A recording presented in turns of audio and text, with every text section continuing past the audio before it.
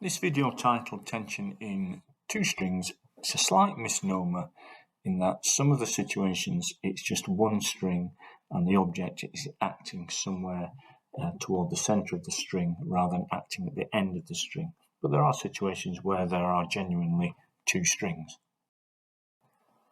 So here we have a smooth bead threaded onto a single string. The importance of the smooth bead is that it will slide down and will come to rest exactly in the centre of the string. Consequently, we have two things: symmetry, so we've got theta either side of our angles, but also we'll find that there are equal tensions in the string. Now, when I say sources of forces, I'm talking about forces acting on the bead. There are equal and opposite tensions up here, where theta is marked in, but those tensions are not acting on the bead, so I'm going to ignore them. Then we've got the weight of the bead, and so resolving those tensions horizontally, t cos theta, vertically, t sin theta.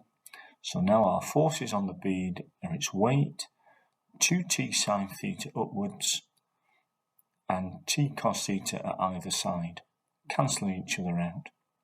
Therefore, vertically, we have 2t sin theta equaling mg. So, in our example, sources of forces, because the bead is smooth, the tensions on either side are equal. It's really important you remember that. The significance of the smooth bead is that these tensions here are equal to each other.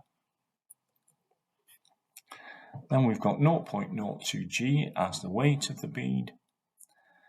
And so if we resolve those tensions in the string, those are our two components vertically, those are our components horizontally. So if we put those forces onto the bead in a single diagram, vertically t cos 30, the pull force to the right, downwards we've got the weight component plus t cos 40, and to the left we've got the two components of tension, t sin 40 plus t sin 30. Therefore, vertically, we have t cos 30 equals the weight plus t cos 40. And horizontally, we have P equals the two components of tension. Then if we rearrange equation 1, we can then solve for T, and that gives us 1.96 newtons to three significant figures. When we substitute our value for T into equation 2, that will give us P equals 2.24. Please note when substituting, this is a rounded off figure for tension. You must use the full calculator answer, so don't round your tension before you are substituting it back into equation 2. Here's a situation now where we have two strings. The important point to note here is that alpha and theta are different in size, and that will mean the two tensions in the string cannot be equal. We'll see why when we actually resolve the tension components. So those are the forces on the object. If we resolve the tensions horizontally,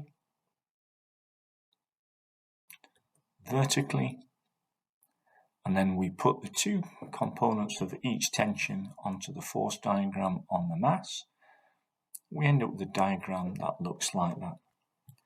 Now, because alpha doesn't equal theta, cos alpha can't equal cos theta, which means these two tensions can't be the same. They have to be different, so that's why we call them T1 and T2. So that's the significance of alpha and theta being different angles. It means these two tensions cannot be equal to each other. Then if we resolve horizontally, we get T1 cos alpha equals T2 cos theta.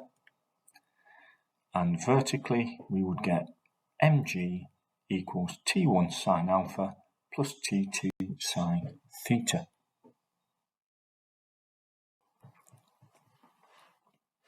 So here's our example then. Once again, the tensions will not be equal because those two angles are not equal, so we'll just call them T1 and T2. And then there's the weight of the object, which is 5g newtons. Resolving those tensions, horizontal components, vertical components, add those component forces onto our diagram. That's what we obtain. And then horizontally, T1 cos 60 equals T2 cos 40. Vertically, T1 sine 60 plus T2 sine 40 equals 5g. If we divide both sides by cos 60, we have an expression here for T1, which we're going to substitute across here in this equation. Looks a bit messy, you just need to be careful here. So T2 cos 40 over cos 60, that's our expression for T1 that we've just substituted in. But look, in this equation here, though it looks a bit gruesome, we've only got one unknown, which is T2. Now, T2, we've got cos 40 there. Sine 60 divided by cos 60 is tan 60. Okay, and then we've got the sine 40 from the T2 sine 40 here. So we can now divide both sides by that bracket, and we get 24.9 newtons for T2 and 38.1 newtons for T1.